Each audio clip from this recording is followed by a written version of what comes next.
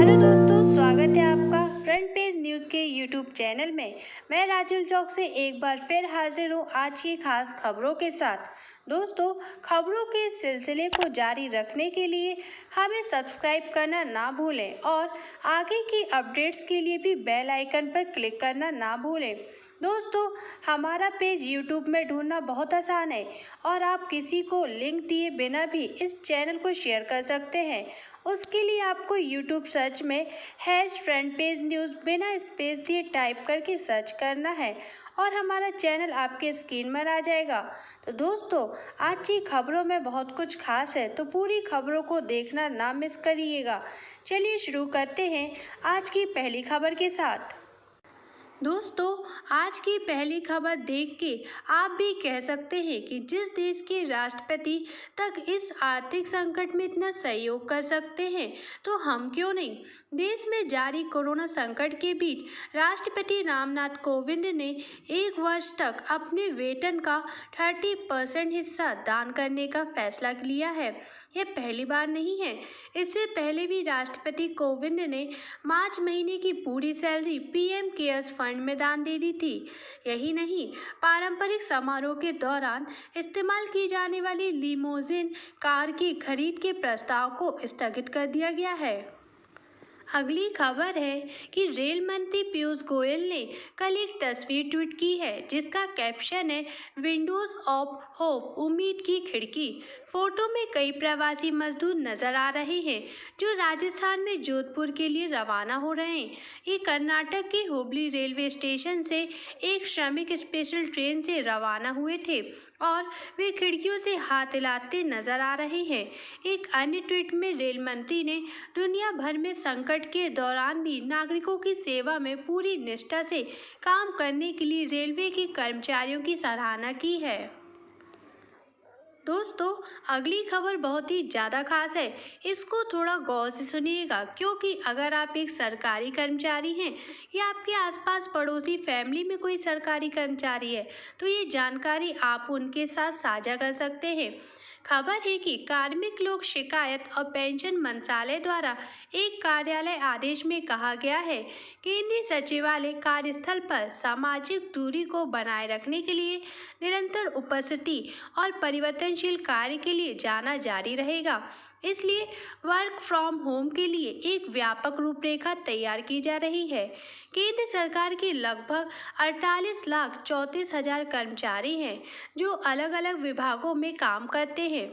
Draft के मुताबिक घर से काम करने के लिए एक व्यापक ढांचा सरकारी फाइलों और घर से दूर की सूचनाओं को एक्सेस करते समय ऑपरेटिंग प्रक्रिया को मानकीकृत करने और यहां तक कि सुरक्षा सुनिश्चित करने के लिए महत्वपूर्ण है। दोस्तों, आसान शब्दों में कहें तो अब लॉकडाउन 4 का संकेत सीधा साफ है कि आपको एक सुरक्षा के दायरे में रहकर अपने काम को पूरा करना है। इस खबर के हिसाब से केंद्रीय कर्मचारियों को घर में ही रह के काम करने का पूरा जिम्मा लेना होगा और इसके लिए सरकार आपको लैपटॉप के साथ साथ इंटरनेट के उपयोग का भी अलग से भुगतान करेगी। तो बस आपको सरकार के अगले आदेश आने तक का इंतजार करना है। फिलहाल बढ़ते हैं अगली खबर की तरफ। दोस्तों, अगर आपने ट्रेन की टिकट बुक कर चुके हैं और आपने जाने का मन बना लिया है, तो रेल मंत्रालय द्वारा जारी ताज़ा निर्देशों को एक बार जरूर देख लें, नहीं तो आपको निराश घर लौटना पड़ सकता है। गृह मंत्रालय की ओर से जारी दिशा निर्देशों के मुताबिक सभी यात्रियों की अनिवार्य रूप से जांच की जाएगी और केवल ऐसे लोगों को ही ट्रेन में यात्रा करने की अनुमति दी जाएगी जिनमें बीमारी के कोई लक्षण नहीं होंगे। आगे के आदेशों में कहा गया है, अगर जांच के दौरान यात्री के शरीर का तापमान अधिक है अथवा उसमें कोविड-19 के लक्षण आदि दिखाई देते हैं, तो कंफर्म टिकट होने के बावजूद उसे यात्रा की अनुमति नहीं दी जाएगी। ऐसे मामलों में यात्री को टिकट के पूरे पैसे लौटाए जाएंगे। चलो, ये तो अच्छी बात है कि आपके टिकट के पैसे बिना किसी कटौती के वापस मिल जाएंगे। इसी के साथ बढ़ते अगली खबर की ओर। दोस्तों, पूर्व वित्त मंत्री पी चिदम्बरम ने कल एक दावे में बताया कि पीएम केयर्स कोष से 1000 करोड़ रुपए के आवंटन के बावजूद प्रवासी श्रमिकों को हाथ में कुछ नहीं मिलेगा, क्योंकि ये राशि राज्यों को मिलेगी ताकि वे मजदूरों की यात्रा और उनके रहने खाने के खर्च का भुगतान कर सके। उन्होंने ट्वीट किया, पीएम केयर से प्रवासी श्रमिकों के लिए 1000 करोड़ रुपए आवंटित किए गए। कृपया समझने में गलती मत करिए, ये पैसा प्रवासी श्रमिकों को नहीं दिया जाएगा, बल्कि राज्य सरकार को प्रवासी कामगारों की यात्रा, रहने, दवा और खाने की खर्च के लिए दिया जाएगा। प्रवासी मजदूरों के हाथ में कुछ नहीं मिलेगा। दोस्तों, 1000 करोड़ आवंटित तो हो गए, लेकिन आगे की खबरों से पता चल ही जाएगा कि इस राशि का सही से इस्तेमाल हुआ है या नहीं। हम बढ़ते हैं अगली खबरों की तरफ। कोरोना वायरस संक्रमण के इलाज के लिए भारत 4 आयुर्वेदिक दवाओं पर काम कर रहा है और जल्द ही परीक्षण शुरू हो जाएगा।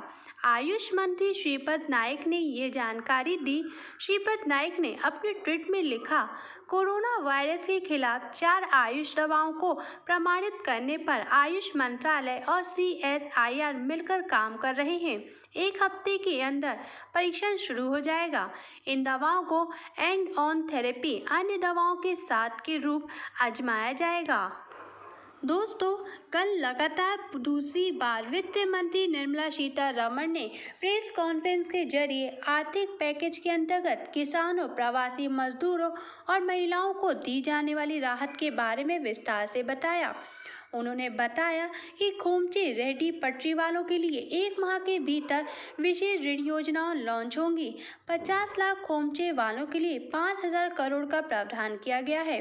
दोस्तों, ऐसे संकट में एक ही बात कहना चाहूँगी कि सरकार द्वारा आवंटित राशि का उपयोग जितना सीधा, सरल और ईमानदारी से इस्तेमाल होगा, उतना ही देश के लोगों का भी हौसला बढ़ेगा और देश प्रेम के साथ साथ देश सेवा की भावना भी बनी रहेगी।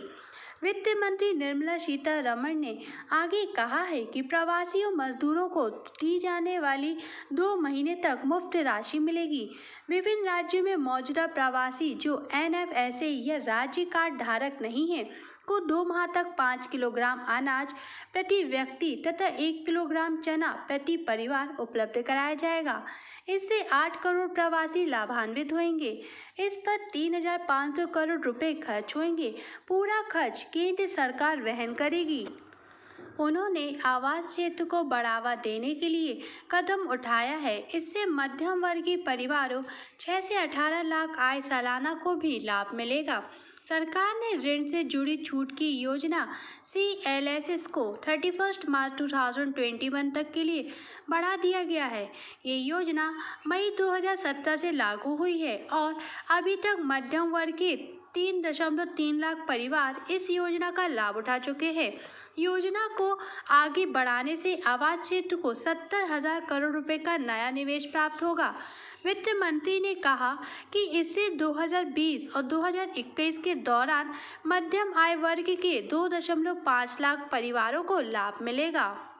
दोस्तों, वित्त मंत्री निर्मला सीतारमण की प्रेस कॉन्फ्रेंस के बाद प्रधानमंत्री नरेंद्र मोदी जी ने ट्वीट करते हुए लिखा है, वित्त मंत्री निर्मला सीतारमण जी द्वारा आज ये घोषणाएं विशेष रूप से हमारे किसानों और प्रवासी श्रमिकों को लाभान्वित करेगा। घोषणाओं में प्रगतिशील उपायों की एक श्रृंखला शामिल है और खाद्य सुरक्षा, किसानों के साथ साथ स्ट्रीट विक्रेताओं को भी बढ़ावा मिलेगा।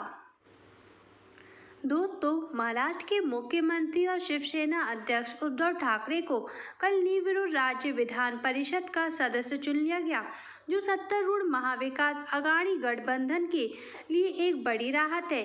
उद्धव का परिषद के लिए चुनाव 6 माह पुरानी शिवसेना, राष्ट्रवादी कांग्रेस पार्टी और कांग्रेस गठबंधन सरकार को स्थिरता प्रदान करेगा।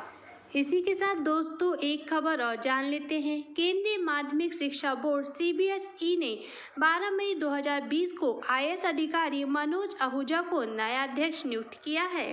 दोस्तों, ये खबरें तो लगातार चलती रहेंगी। फिलहाल अभी तक की खास खबरों में इतना ही। मिलते हैं अगले दिन की कुछ नई खास खबरों के साथ। तब तक घरों में रहिए, सुरक्षित रहिए और देश को आगे बढ़ाने के लिए अपने प्रयास करते रहिए। जय हिंद, जय भारत।